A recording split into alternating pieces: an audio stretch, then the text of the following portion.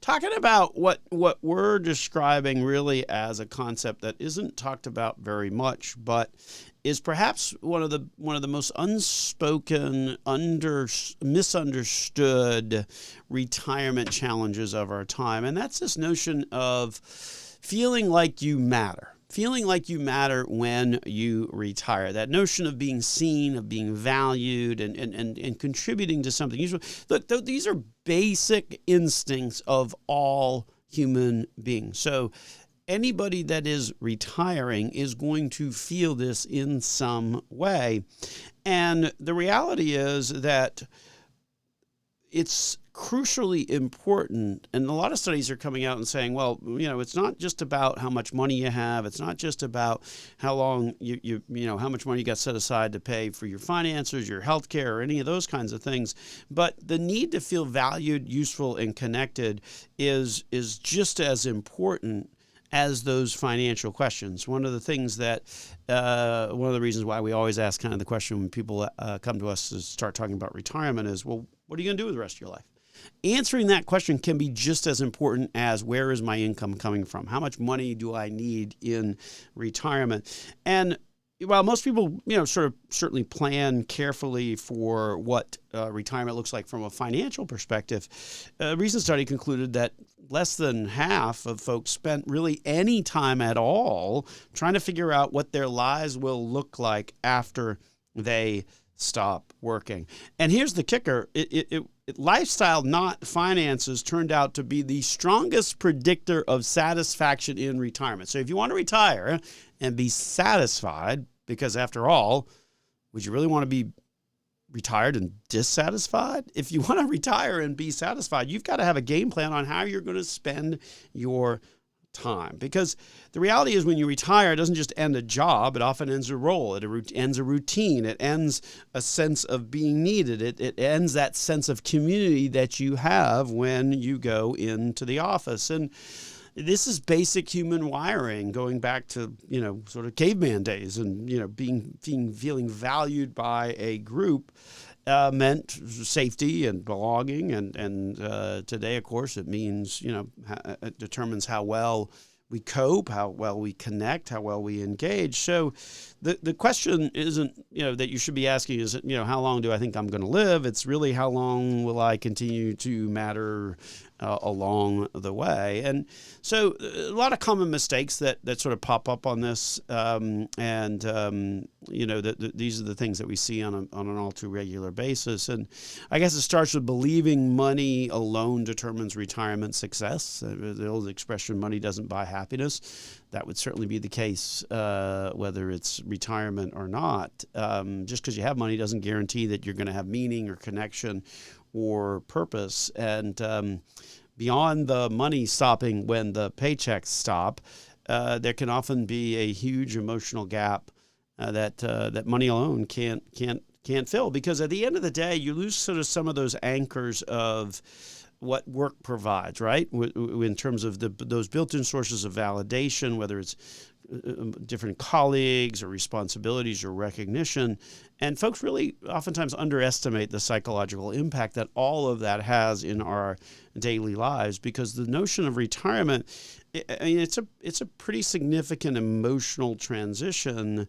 And if you're looking forward to just kind of leaving work, you're often feeling disoriented if you don't have a game plan in terms of putting into in some effort as to, okay, how am I going to spend this free time?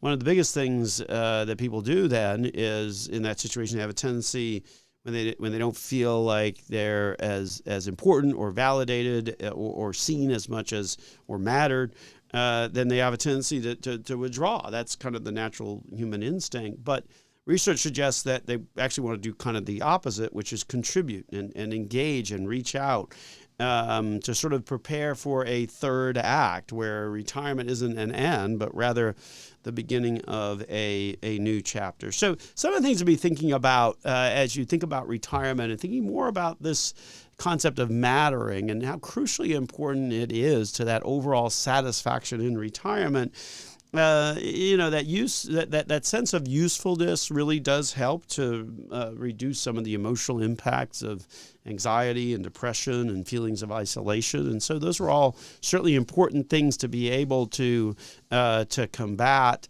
Having a role obviously leads to greater life satisfaction, and that it creates overall structure and makes for that deeper social connection. So the thought is that to make sure that you're establishing a plan for retirement that involves staying more engaged, whether it be with friends or neighbors or communities, to really help to replace those collegial connections that you had when you were in the workforce, and really help to sort of renew a sense of purpose, where, instead of retirement becoming, well, what now? It's really more of a conversation about, okay, well, where can I contribute and ultimately make a difference? And so the notion of planning how you'll matter in retirement is just as important as planning how you're going to spend your money. So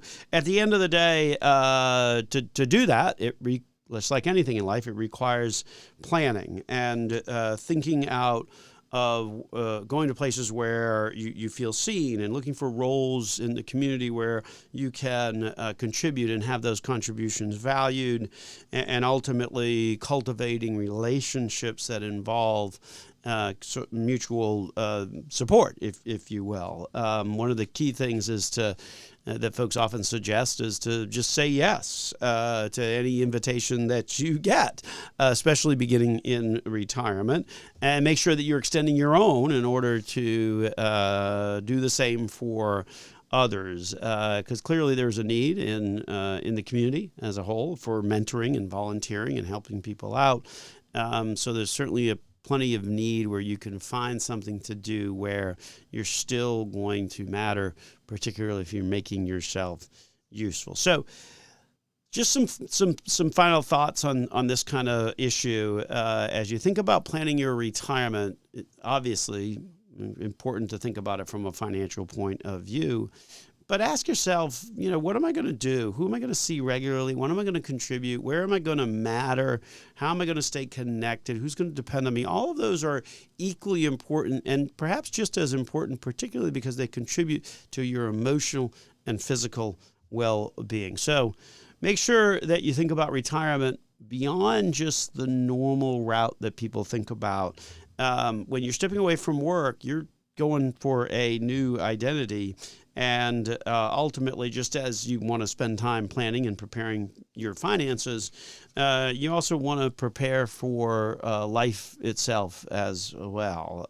Because perhaps the greatest risk isn't whether you're going to outlive your money, it's whether you're going to outlive your sense that people value you and you matter to others around. So certainly something to think about. Thought we would spend a little bit of time talking about that on this week's program, just to kind of give you a little bit of a different spin on what financial planning, what retirement planning is really all about. Yes, it is about the numbers, but it's also about engaging in those kinds of thoughtful conversations about what is it that you're going to do with your free time. An important question that we ask everybody at the office at Nelson Financial Planning, because that answer can often contribute directly to improving your emotional and physical well-being. And let's face it, money can't buy that. So with that, we're going to wrap on up this segment and continue after these messages here on Dollars and Cents